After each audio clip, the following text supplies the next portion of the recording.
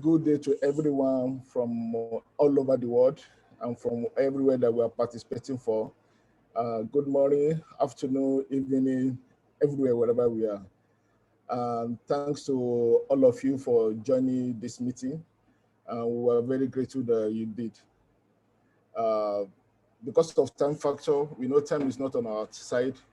We will uh, try to go straight to our agenda. And our meeting for today, we know will be on the topic of uh, what we have all tried to do, that's going beyond the screen, the role of implementing evidence-based addiction prevention intervention with comparative examples from NGOs uh, across Africa. One of my colleagues here in Nigeria will help to be a facilitator, but while waiting for him to join, I'm as well as start because of time factor on our side. So I will start by sharing my screen for this event.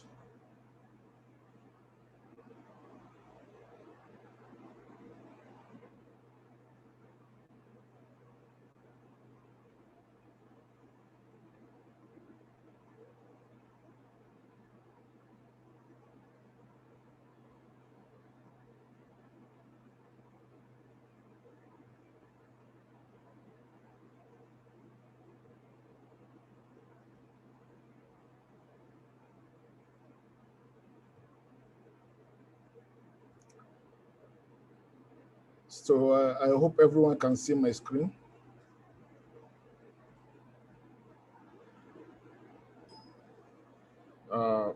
Yes, Doctor, we are able to see your screen. Thank you. I will start from there to, the topic is already known by all of us that are already on the Zoom. That's the role that the NGOs are playing in combating the definite screen that have been made by people who are promoting and supporting the legalization and the promotion of substance use, psychoactive substance use in the community. However, today I will present it from the viewpoint of Greek Christian Health Development Initiative in Nigeria. So to go with, I will start with what do we mean by the screams? The screams are, everybody screams about it, which is the incident and the prevalence of drug abuse everywhere in the world is rising. Apart from the use of the drug of abuse and other substances of abuse that are on the rise, the problem that are related to this as the drug itself that cause disorders on their own and causing other problems as someone use it, just like comorbid medical illness, maybe hypertension, diabetes. Some people may have other comorbid psychological problems like depression and the like. Others might include crime because you know one of the modern ways to solve crime is to control addiction. Without successfully controlling some drug of abuse, it is very difficult to control crime. And we know the increasing rate of insurgency and violence all around us. And in Nigeria in particular, substance of abuse, in particular cannabis, have also been implicated as one of the fuel, of one of the triggers, of one of the main background this is that is fueling insurgency in Nigeria. We also know this is also related to spiritual problems all across us. So all this constitutes what these crimes are. But another angle of this crime that often people might not be aware of is the war on drugs. And in this, I'm bringing two perspectives and then a third perspective, which is where our activities are, and all of us will share our experience from there. The war on drugs start with struggles for addictions because this is one of the wars on drugs. And this struggle for addiction shows the people who are struggling to promote addiction. Instead of fighting against the incidents and the rate and the challenges from it, they are struggling to see that addiction become prevalent in the community. And some of the tactics and the mechanisms they've used so far include things like legalization, decriminalization, depenalization, commercialization, normalization, celebration and glorification of substance of abuse. So these people are there and they are rampant in our community. We can notice them, and this tells me point to us that the need for us to be aware of them. That the so-called failed war on drugs is not a failed war, but rather it's a cleverly weaved war to see that it's rather fight for the promotion of addiction rather than decrease it. Another aspect of it, which often people try also, which also promote for the use of addiction among users, and also is going to lead to increase in the use of it, is people that dance with addiction. And these are people that promote harm reduction. Yes, harm reduction is a way to treat people that have addiction, but promoting it as an alternative for people to use when people have not become addicted to use, when people can reach reach abstinence. Promoting it as the only alternative is very disheartening. And also, we know that promoting or dancing with addiction is not the way to go, because addiction or drug of abuse, we know, is a chronic illness. And like the rule of all chronic illness, the rule is treatment is possible and it's a long-term treatment. So that is why the concept of harm addiction never arises as far as the medical approach to try to help people who have addiction problem is concerned. Another dimension to is the recreational use of drugs, which are also being promoted vehemently by people who are pro-addiction. But how can we go beyond the scream? And that's the third aspect of the war on drugs, which is to struggle to overcome addiction.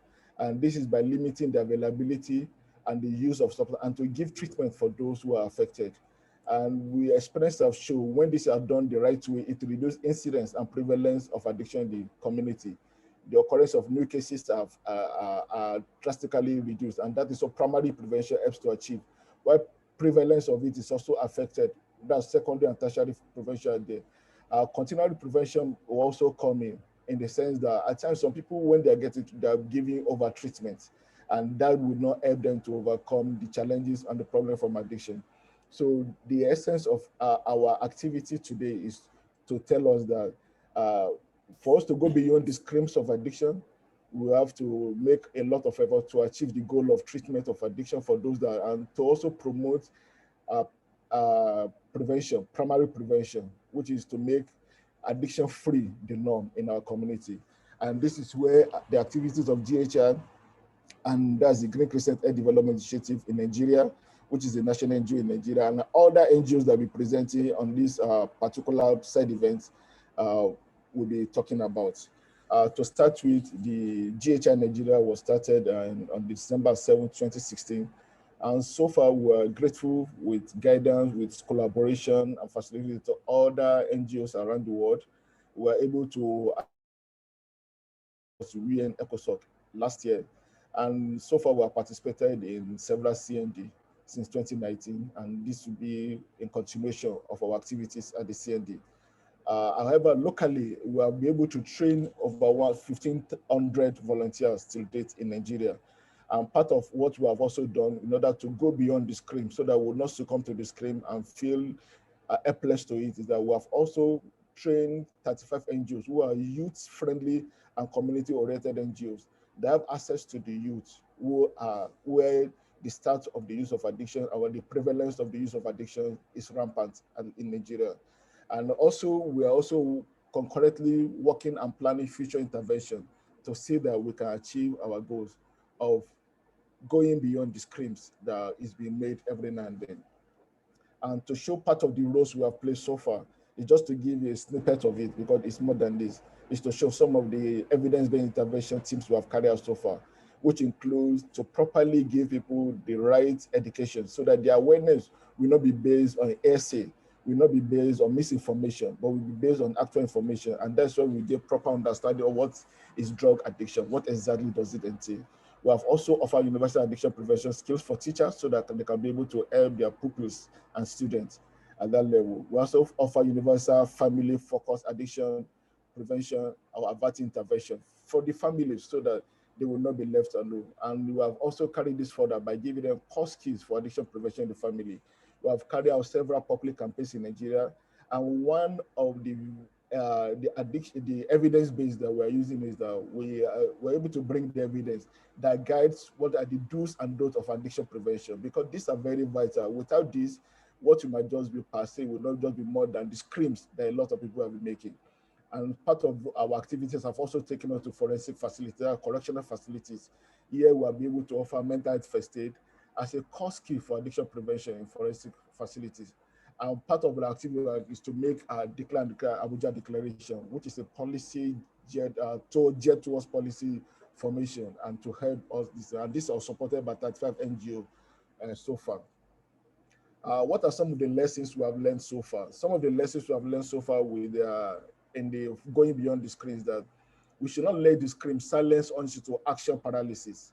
We should not let the screen limit us from utilizing evidence-based intervention, because this is what will help us to change the deafening narratives of those people who are fighting for addiction, trying to fuel the confusion. So that, and when we succeed, it will help us to build our capacity effectively in struggling against the harms from addiction and related issues. What are GHI future focus, so that we can see that we can sustain our tempo, we can keep increasing our activity, and we can see that we help people to achieve the purpose of fighting addiction, so that we can go beyond the screens and do what is evidence supported. Some of what we have done is what we call Safe Avi Book Initiative for Addiction Prevention. And this is geared to pupils in the school, so that we can give them an easy to use books, which is under development. Of course, there are funding challenges, and we are struggling, rolling with it to see how we can overcome this, so that we can be able to spread more and wide our evidence-based prevention capability we have done so far. We also plan to continue to improve the capacity of individuals and other volunteers and NGOs who are into the similar struggle, the prevention of addiction in the community, which is a very vital thing for us to do, and many more that we're doing. But because of time, I will stop for here now and call our next speaker, which is Marwa. Marwa will be our next speaker to go forward. So please kindly give me some time so that I can share your screen, and so that we can move forward with your presentation. Okay, I think you have shared your screen by yourself. Please kindly go ahead, Marwa. Please unmute yourself. Unmute yourself.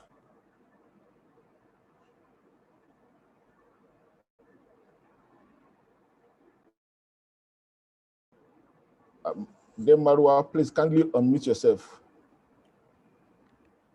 Okay, thank you. Go on. Welcome. Okay, hello everyone. Can you hear me? Yes. You hear me? Okay, I am Marwa Omar, Vice President of Sudanese Green Christian Society. I'm very pleased to be part of this side event organized by Green Christian Health Development Initiatives. I'm going to talk about Sudanese Green Christian Society. This introduction about Sudanese Green Christian Society. It's a national non-profit charity association operating in Sudan according to the Sudanese law for organizing voluntary and humanitarian work, January 2006. It was established in 2016 and registered officially in 2018. The aim of Sudanese Green Christian Society is to create a healthy Sudanese society free of tobacco, alcohol, and narcotic. The objective is to contribute to the struggle against alcohol and tobacco and narcotic. Also to support the national and state initiative through enactment of laws that limit the spread of the addiction epidemic. The second part that I will talk about, it's about drugs in Sudan. As you know, alcohol in Sudan and cannabis were the two main substances of misuse among certain groups in Sudan.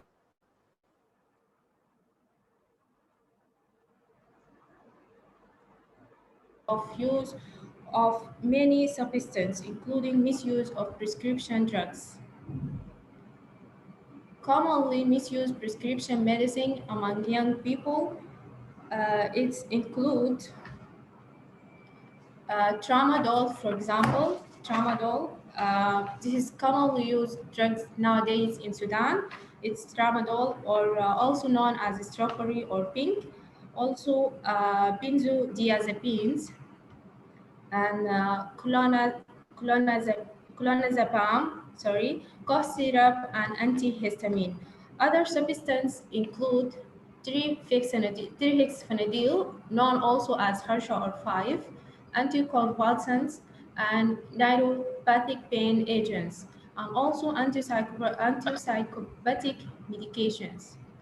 Solvent misuse, another evolving problem, particularly among poor children, adults need, and young adults with fatal outcomes at times.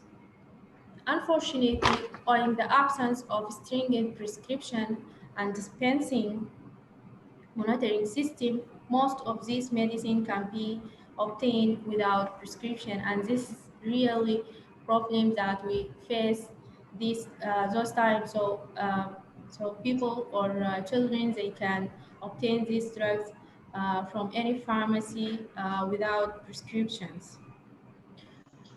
Also, there is many factors that attributed to increasing in substance misuse. First one is rapid unfavorable economic and social change.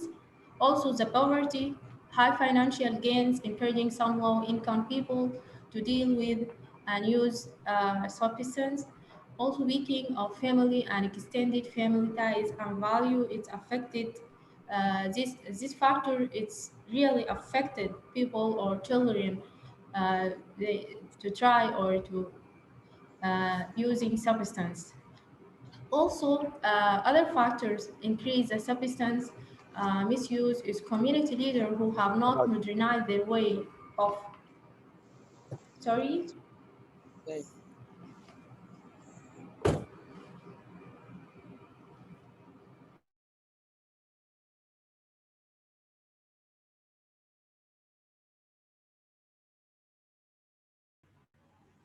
You're muted, Marwa. You're muted.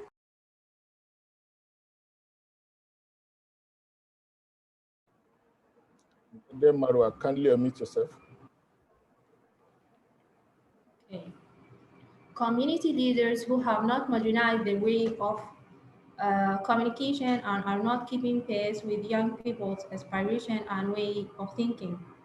Conflict, displacement, and semi-open borders for Sudan also, it's affected the increasing in substance misuse. Also influx of refugees. And there is another factor, but this is some examples of the factors that increasing substance in Sudan.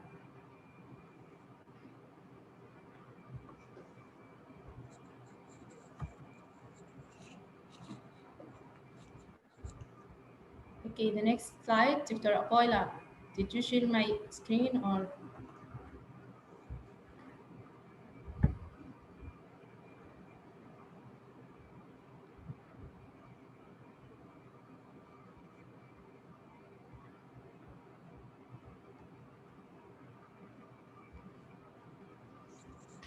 The evidence-based intervention carried out by Sudanese Green Christian Society.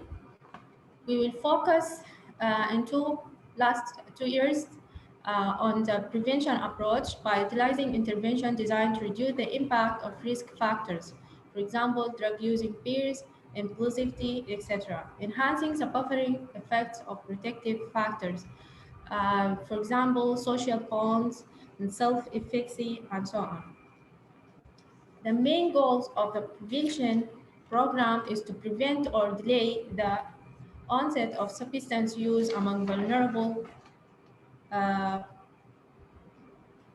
young children in street and students at school.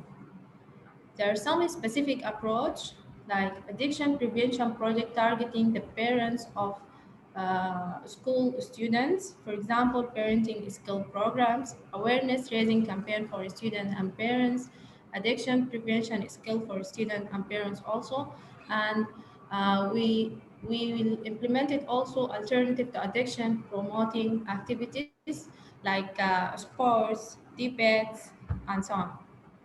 The evidence-based prevention intervention in the future, we will focus in three aspects. The first one is legal by supporting existing laws and contribute to creating responsive new laws.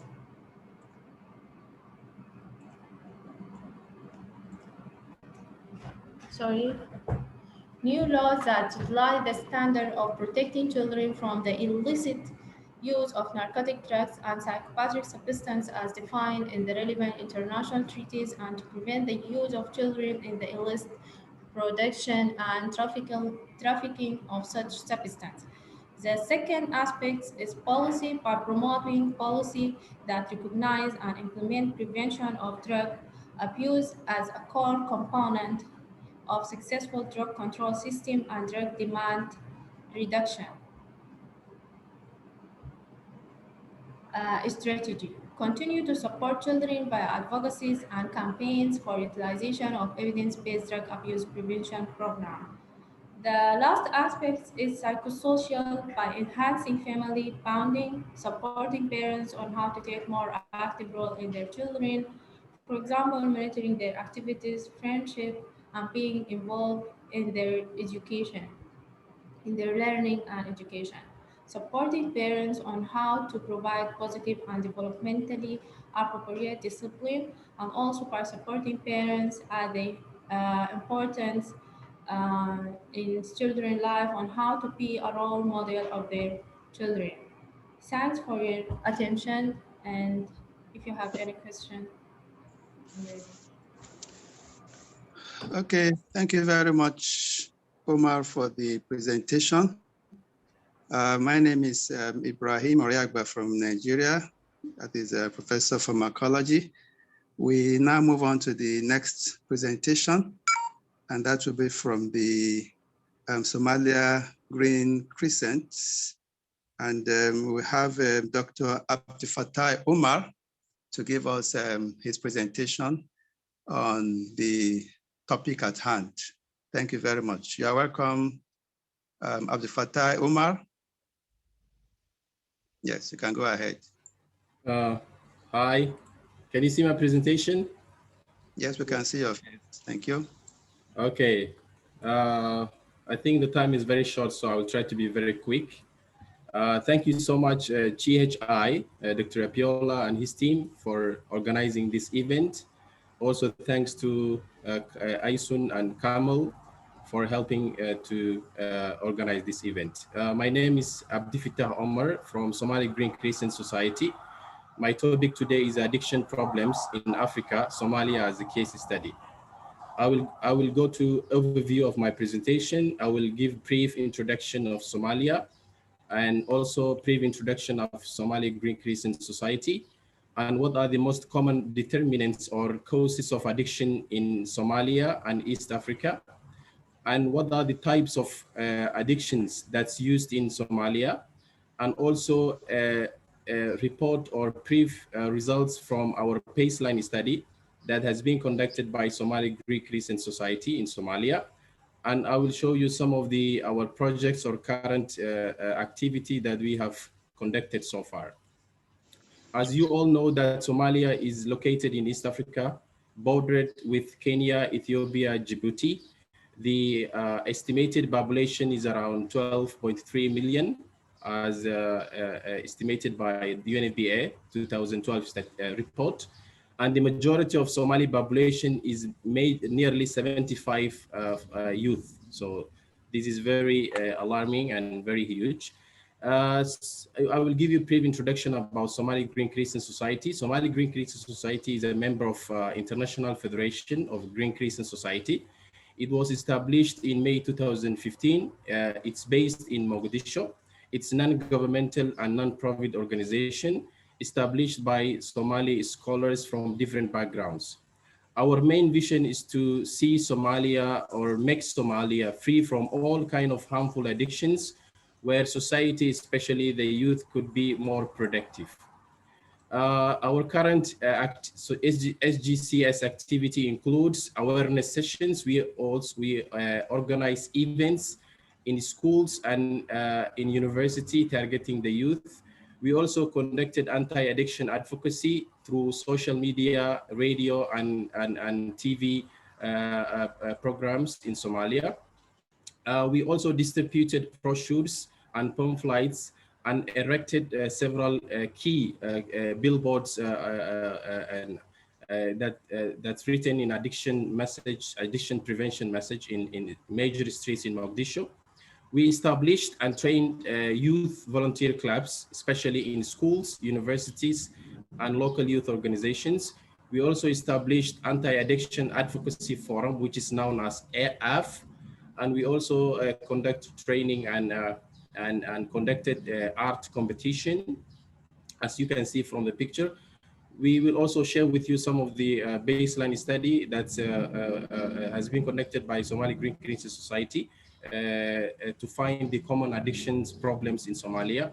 We also collaborate with policymakers, regulatory systems, and ministries in Somali federal government of Somalia.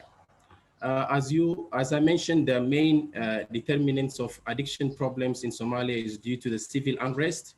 As you all know that Somalia has been suffering this kind of problem. Poverty and employment is also mentioned, displacement of refugees internally and externally. Lack of effective drug policy and regulations is also one of the main problem for these common addictions in Somalia, and as well as weak law enforcement and the uncontrolled borders between Somalia and its neighboring country has caused so many problems, which I mean, like almost it's uncontrolled borders that everything can go inside and outside, and limited capacity, especially monitoring the smugglers and the trades that involve in addictions, import of those addicted substances in Somalia, and also limited community awareness due to the high literacy rate in Somalia. The most common addictions in Somalia, especially in East Africa, and Somalia as an example, is khat or cat, is a narcotic leaves, which is very, very common in East Africa and as well as in Somalia. The use of opioid medications is currently increasing nowadays, and also the use of tobacco with its different forms like smoking, cigarettes, shisha, and tapu, marijuana, the use of alcohols. We also have a locally produced alcohol known as alaq in Somalia. Cocaine, amphetamine, heroin, and other kind of substances has been common in Somalia. I will share with you some of the evidence-based study or baseline assessment that the aim was to find the common addictions in Mogadishu, Somalia. It has been conducted by Somali Green Crescent Society in 2019 to 2020. The age limit was 15 and elder years respondent. We conducted with all the districts of the capital city of capital Mogadishu, nearly 17 districts, with respondents nearly of 404 populations. The aim, the inclusion criteria was the users or ex-users of the addictions. We have interviewed and collected information from those. So I will share with you some of the results that's not yet published, but we will try to publish very soon. We have the study reports that nearly 55% of our respondents were from very young age, especially younger than 25 years of age, and 78% of the respondents were from male. So we can conclude that men affected more than women in those addictions. Schools, why school matters in Somalia? Because we found that almost 51% of our participants were from school level, okay, were from school level. And we found that the use of khat and smokeless tobacco like shisha or taboo is getting popular among those high secondary school students in Mogadishu, Somalia. So this is very huge number, 51%. And to give you a nutshell of the common addictions in Somalia, we collected data from nearly 343 current users, especially those addictions. I will tell you the types. So it accounts around 85%, and 15% were ex-users. So we found that the common addictions in Somalia, khat was the leading. Khat was very common, 56%. Also, we broken tobacco into different forms of tobacco, like cigarette, shisha, chewing tobacco, and also taboo is a chewing tobacco, but added with ingredients. Okay, this is not a local, but the other one is a local made tobacco. We can see that there is a huge percentage of users of tobacco addictions in Somalia. And drug addiction is also getting increased. Marijuana is not very common. Alcohol is also very less. we can mention that the average money spent on addiction per day was found to be 3.14 USD dollar per day. And average years spent on addictions from our respondents were 5 years of using those addictions. So this is our reports from our study. We can mention that this study reports there is a high prevalence of cat addiction in Somalia. Nearly 56% of respondents were current users of cat. And khat, which is a green leaf, is amphetamine-like substance. Cathinone is mainly the major component of this khat. So this is CNS stimulant. It has been mentioned in different literature that khat is associated with psychological, social, economic, and health problems. So this is khat sessions, which is very common in Somalia. And also tobacco addictions with its different forms, like smoking, 59%, chewing, 26%, shisha or hookah, 21%, and tapu, 17%. So this is the tapu, which has been very common, imported from India. Other types of addiction, alcohol were not very common. Only 3% were reported in this study. And illicit drugs were only 7%. Common addicted drugs in Somalia, which is really getting popular among students, is opiate or narcotic drugs, such as tramadol, codeine, and pethidine. So these three drugs were very, very commonly used among the high secondary school students and among the respondents as well. We asked our respondents what were the reasons behind those use of addictions. They mentioned 13% has mentioned that after loss or sadness or stress, and 46% were due to the peer pressure, 18% were due to the easy availability of those addictions and lack of policy that regulates this type of substance. And 15% were from childs of broken family, that their parents has been divorced or family conflict or something like that. So these were the common reasons for addiction problems. As we mentioned, we conducted several anti-addiction sessions and forums. So this is one of the famous platforms for addiction prevention in Somalia. It is called Anti-Addiction Advocacy Forum, or AF. AF is the only platform that has been organized by Somali Green Crescent Society in collaboration with our volunteer clubs. We gather all the medical expertise, scientists, religious leaders, women activists, youth, government officials, as well as parents, okay? And the aim was to raise awareness and addiction problems in Somalia, and as well as advocate and seek community support for our current activity and scale up the current Somali Green Crescent activity in Somalia. So this is very successful events that has been conducted in several forms. Also, we conduct art training and competition. So this is the winners of the latest art training competition. You can see the youth, and they were very, very expertise in drawing very beautiful draws. We also established and trained local volunteer clubs, and this is the training that has been provided by Somali Green Crescent Society with the help of some local communities. Way forward, finally, we want to develop an evidence-based addiction prevention programs in Somalia. We would like to further analysis of this baseline study and try to publish in the journals, and we will design and implement intervention on addiction prevention programs in consultation with our peer organizations like other Green Crescent Society, based on our baseline study relevant to the Somali context. We will also continue to provide other activity of Somali Green Crescent Society, such as awareness raising, advocacy, and research. Finally, we would like to acknowledge International Federation of Green Crescent Society and Turkish Green Crescent Society. With all this activity have not been possible without their support. Thank you so much. Thank you very much, Dr. Abdul Fattah Umar, for a very interesting presentation on the Somalia Green Crescent Society. Thank you so much. Now we're going on to the next presenter, and that is supposed to be Mr. George Ocheng, but he's not around. So he'll be represented by Ms. Charity Maina. You're most welcome from the Slum Child Foundation. So you're most welcome, Ms. Charity Maina. Thank you very much for giving me this platform to present on behalf of Mr. Jojo Cheng, Director, Slum Child Foundation.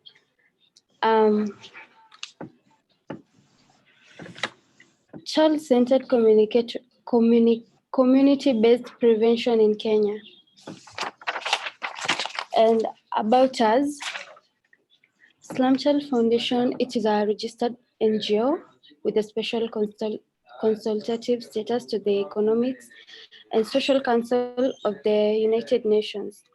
We started early in 2008 as a community-based organization and later registered as an NGO in 2015. Slum Child works with children, women, and youth in the informal settlements of Korogocho in Nairobi, Kenya. And we address the issue of related to poverty eradication, health promotion, practice education support, life skills, microfinance, and substance use prevention. What we do, we have programs like Toto Club, school outreach, and scholarship, Queen's Life Skill Program, Street Children, and lobby and advocacy. Children and drugs, mostly in Toto Club. It is a weekly based program that brings children between the age of 16 to 15 years in Korogocho and Kariobangi slums together for life skills. Mentorship programs, artwork and talent development, and psychology support session to keep them off from street life and substance use. Situation analysis before the contracepts. According to our official monthly reports, before the program started, we were able to note the following. 10 to 15 kids referred to us by parents on substance use related cases per week. But as from this pandemic, we've received 20 to 25 kids who have been referred to us by parents, and 8 to 10 schools called us to help them handle the substance use related cases. And 8 to 10 children from the schools were called to have drug related cases. And 70% of indisciplined cases reported to us had drug related connection, referral by the school or the parent. 3 to 6 per week coming seeking our services. How do I quit using drugs? My husband or child is a drug addict. How can you help? And etc. Slum Smart Ambassador, it's a peer-to-peer program inside Toto Club, where we select children of between age 10 to 15 to be advocates by training and coaching them on how to keep off from substance use using contraceptives. What is contraceptives? It is a Sweden model of prevention, science, and objective is to help young people avoid and delay initiate into the drugs, or if they have started already, to avoid developing disorders, e.g. dependence. They have tried in Sweden for close to 20 years with children, and it has been proven that to be effective, especially with children between of age 10 to 15 years. How do we contracept through the Slum Smart Ambassador? We have domesticated the approach by using UNODC international standards of prevention, where we are using community-based multi-approach initiative under UNODCISP. That is, we have initiated with the church, the community at large, the parents, the guardians, and everyone else. Engaging parents of the children to seek concepts and support. Offering peer education lessons on substance use, peer pressure, influence, and referral system. training children to commit by signing and renewable 3 months contract, keep off drugs, be a good ambassador to refer, basing our principle and honesty trustworthy. We have achieved our attendance at social club program. It has increased by 90%. Now we are proud of that, and referred to 42 cases to treatment facilities in 3 months. And also we have cases that have been referred to us by parents per week that has reduced to 3 to 5 children. Cases referred to us by schools have reduced to 2 to 5 per week. And in discipline cases related to substance use have reduced to 34% from 70%. 13 parents approached us that their children have challenged them to stop using drugs. The challenges that we've been facing is Slum Child Foundation. We've found funding to scale the program to other slums is a challenge. Inadequate resources to build capacities to more trainers and trainees. Translation of the manual to Swahili is a challenge. In fact, from ACID, from many slum children. Residential mode of treatment from addicts, it's expensive. Daycare or community-based treatment is cost-effective, but it is not available. Inadequate human resource to help us handle too many cases we receive. Other cases we go beyond treatment that we cannot handle. Alternate plan for parents who came from rehabilitation services is not there. Idleness, in fact, idleness increased chances and relapse.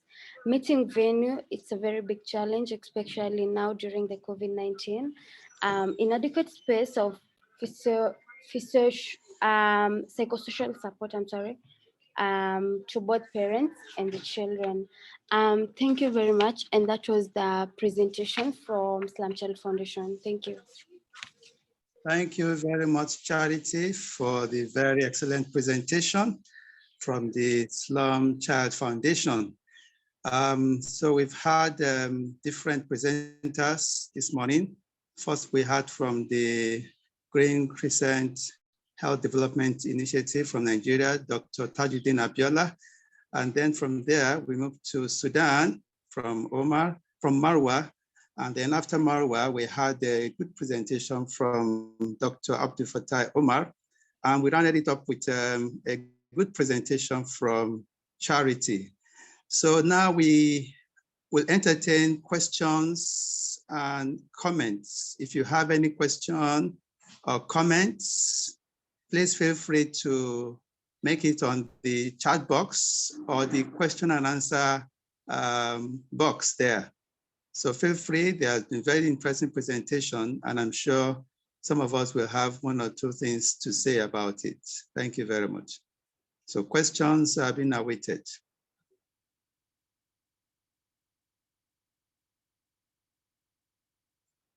So while we are waiting for the questions, we can see on the screen the abstracts telling us about the event and the summary of what we are doing in this side event. That is the side event of GHI Nigeria at the 64 United Nations Commission on Narcotic Drugs.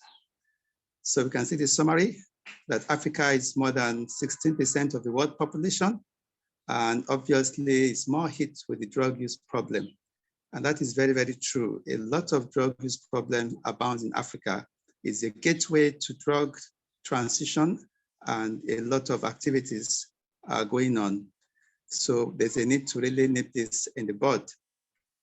And with this reality, a lot of screams across all concerns has been ongoing. So just as was mentioned by Dr. Abiola, the screams are not well heard.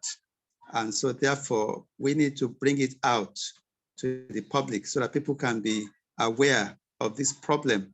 It's a big problem in many parts of Africa. And if we don't share this problem, then we will keep on being silent about it. So we are very happy that we have experts who have shared their various problems and what their NGOs are doing about the problem, how they are trying to reduce the burden of drug addiction, especially at the prevention level. And we have good innovations from the Slum Child Foundation, looking at the children. So thank you so much for the presentations. There's a question on the chat box from Jeffrey Bauer. He says that how are the speakers working with UNODC to help them in their actions on the ground? So probably we'll give 1 minute to each of the speakers to tell us what is their experience with UNODC with regards to their field work. Any contact with UNODC? Are they getting any assistance from UNODC in their various actions on addiction prevention? So probably we start with Dr. Abiola from GHI Nigeria. You'd like to make a comment, Dr. Abiola? Thank you, the moderator, Professor Oriagba. Of course, UNODC is a very vital organization. It's an international organization, a UN organization that without them, it will be challenging for us to carry out most of the activities we have been able to do so far in Nigeria. We also are conversant with their efforts to see that they give us evidence-based information so that people who want to carry out addiction prevention can have access to the recent and well-supported evidence, like through some of their publications, which are also showing the state of the evidence with respect to so many programs or interventions that are available to carry out addiction prevention. Of course, in Nigeria, we do reach out to them, and we still hope that our collaboration will continue as we have more programs to do in the near future. We are grateful for their support, and we're grateful to other organizations that support us to improve our capacity to, like the International Federation of Greek Christians, also contribute to capacity building for us. We also have collaboration with other NGOs, like the Sudanese Greek Christians, the Slum Child Foundation, and the World Federation against drugs and drug policy futures, the Somalia's Green Christians. So we have so many other NGOs that we collaborate with, and we're learning from their experiences so that we can domesticate it at home and be able to improve. But of course, in Nigeria, we also collaborate with ISUD, who are also collaborating with UNODC in Nigeria. And I think the relationship is going on, and we hope it will become stronger and be able to all achieve our target of making Nigeria an addiction-free community. At least as a norm, if we can do anything at all, we should be able to reduce the incidence and prevalence of addiction in Nigeria. Thank you. Yeah, thank you very much, Dr. Abiola, for the question and the answer, for giving us a very good response. I can see a question here at the question and answer session from Kulsum Birungi, and it's addressed to the presenter from Somalia. And the question goes, how do porous borders contribute to alcohol and drug addiction in Somalia? So would you like to attend to that, the speaker from Somalia? Thank you. Can you hear me? Yeah, we can hear you. Yeah, thank you so much for the question from the audience. Yeah, as I mentioned, Somalia has been struggling internally, or there has been civil unrest since 1991, but things are improving now, and still we are struggling on the borders, like for example, Somalia-Kenya border, Somalia-Ethiopia border. Currently, alcohols and cat smuggling is very common, and that's why we try to ask our respondent on their views about this problem. And we, in the future, I think we can shed on more like how this problem contributed to the current addiction problems in Somalia. So there has been reports, and we will try to finalize or summarize in our next publication. So I think there has been a problem, related to this smuggling, especially cat and alcohol. And I think, as you have seen from the presentation, but we don't know exactly how this contributed to the current addiction problems in Somalia. Okay, thank you very much for the response. The time is almost up, but we have one last question. I hope we can take that last question from Maria Alba Quesada from Costa Rica. And he says, as a Afro-Latino woman, I would like to know your thoughts about how we can spread and provide more information about the African population and drug use. The information is usually European or America. And being Africa 16% of the population, how can we combat the racism that is associated with the access and knowledge of the African work to actual information around people who use these drugs? Anybody like to take that for just 1 minute? Because we're already running out of time. Any panelists like to address that quickly? Thank you, Prof. I will try to make some attempts to answer that.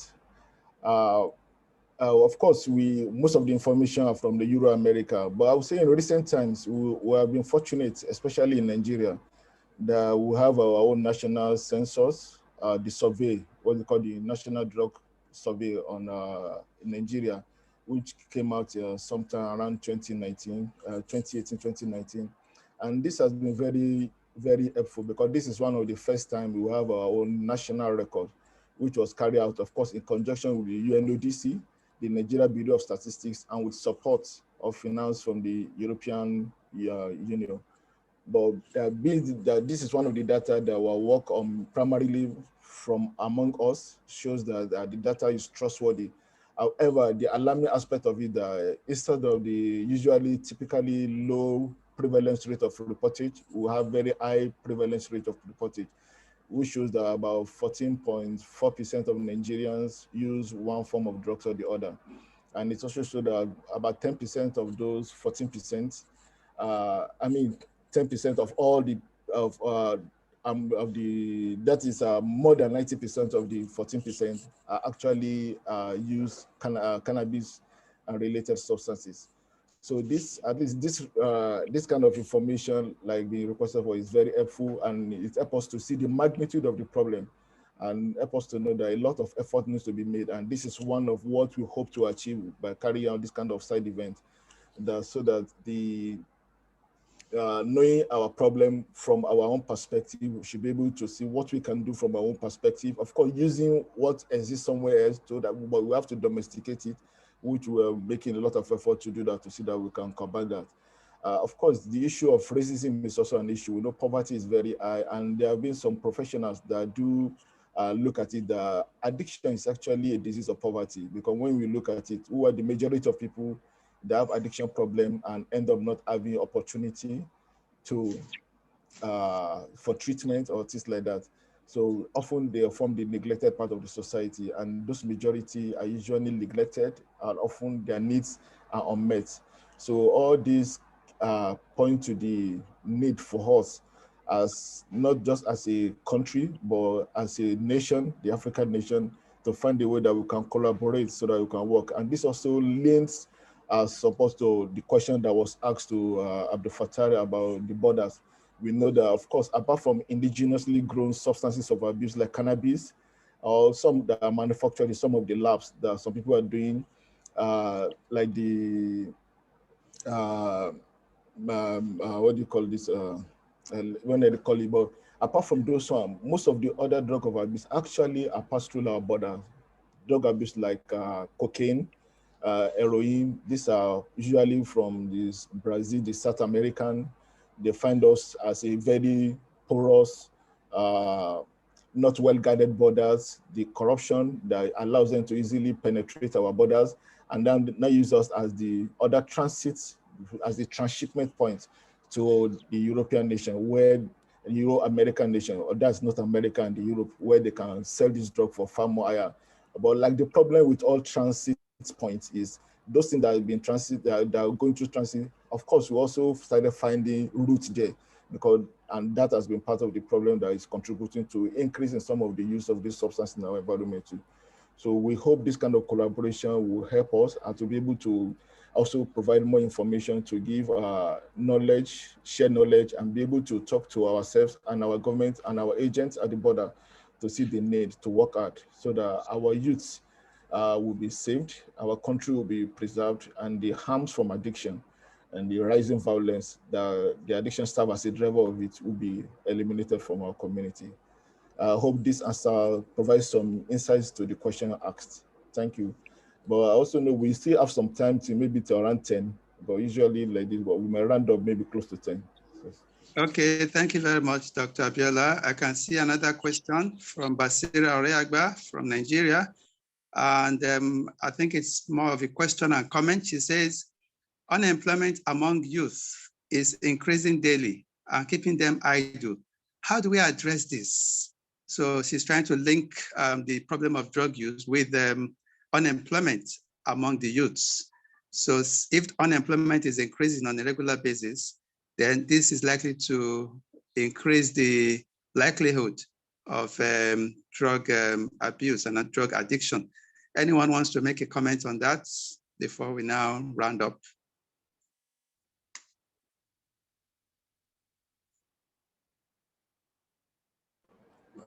If I may start, but I know the other panelists will have one thing or the other to add to it.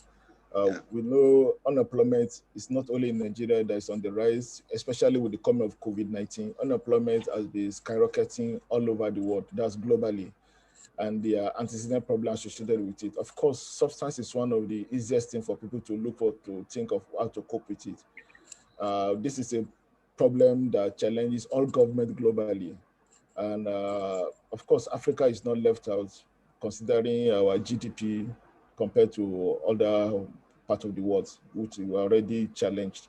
And the COVID-19 have contributed to it. And also, it has shown that this kind of factor might have contributed to the upheaval that we have in the name of NSAS some time ago last year in Nigeria. So unemployment is a very big virus, a very big trouble that if it's not tackled. But however, as at the NGO level, because we know these are some of the things that government and policies that we have to address, but the NGO level, part of what we try to do is to provide entrepreneurship skills for people that will have access to. So especially for those that do come to treatment center, or even those owned by the government, that part of their treatment is also to provide what's called occupational therapy, which help to address some of these. But that is for those who have those problems that have come to seek for treatment. For those who don't have it, I think it's part of what we might try to increase in our activities as NGO, is to increase entrepreneurial skills in the community. Because we know when we fight things that will reduce unemployment, when we fight things that will reduce idleness, when we fight things that give people to have their sense of understanding that there's a purpose and meaning to their life, I think the alternative of taking the substance will be an easy way out to get out of those challenges, maybe might be addressed. I know my other panelists will have one thing or the other to say. Thank you very much, the moderator. Yeah, also, thank you very much. In our setting, unemployment is mainly related to illiteracy. So we have to educate, especially the youth, so that they'll be able to create their own, initiative and business. They don't need to wait for others. So entrepreneurship skills, like Dr. Tajuddin has mentioned, is very, very important. Thank you very much. Charity, any comments on that? Okay. Can you hear me? Yeah, can hear you. Okay. We have, as Islam Child Foundation, we have an initiative, the Queen Life Skills, and we're trying to bring the youth and we're trying to make something that they can do, because as per now during the COVID, we stopped the program due to some inconveniences, but we were there, we were showing them how to cook, and then after you trained on on the cost of cooking, you can open a business anywhere. So unemployment is really an issue. We've really faced a lot of challenges on unemployment. So it is a very big issue in our country, Kenya. So I think we should invest more on entrepreneurship. Thank you. Thank you very much, Charity, for that contribution. So we've had a very wonderful session today and very brilliant presentations. There are take-home messages.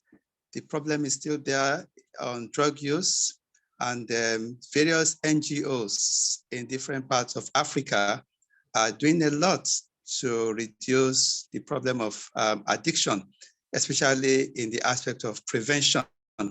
And these NGOs have brought up their unique points. They have very beautiful innovations from Nigeria, from Somalia, from Sudan, and the Child Slum Foundation. So the take-home message is that we need to keep on working. From the last comment that we had, we realize that apart from addiction prevention, we must be able to engage the government and also find avenues towards youth unemployment so that people can be gainfully employed. Once the youth are gainfully employed, it will help our work in addiction prevention. So it's a way, it's a tool towards addiction prevention. So on that note, I thank every speaker that have spoken this morning. You are very much appreciated. And on behalf of the side events organizers, I want to say thank you so much, and over and out to the anchor. Thank you very much. My name is Ibrahim Oriagba, once again, Professor Ibrahim Oriagba from Green Crescent Health Development Initiative in Nigeria. Over and out.